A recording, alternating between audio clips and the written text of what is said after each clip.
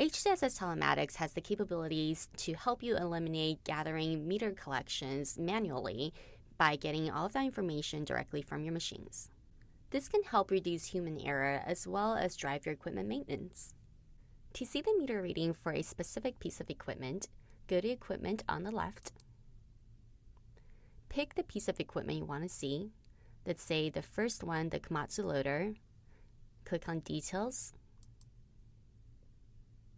Now you can see when the meter was last updated. Click on Update to get the latest reading. You can send your meter hours to Equipment 360, which is HCSS shop maintenance program, to drive your preventive maintenance schedule. You can also integrate HCSS Telematics with Heavy Job, which is our job costing solution.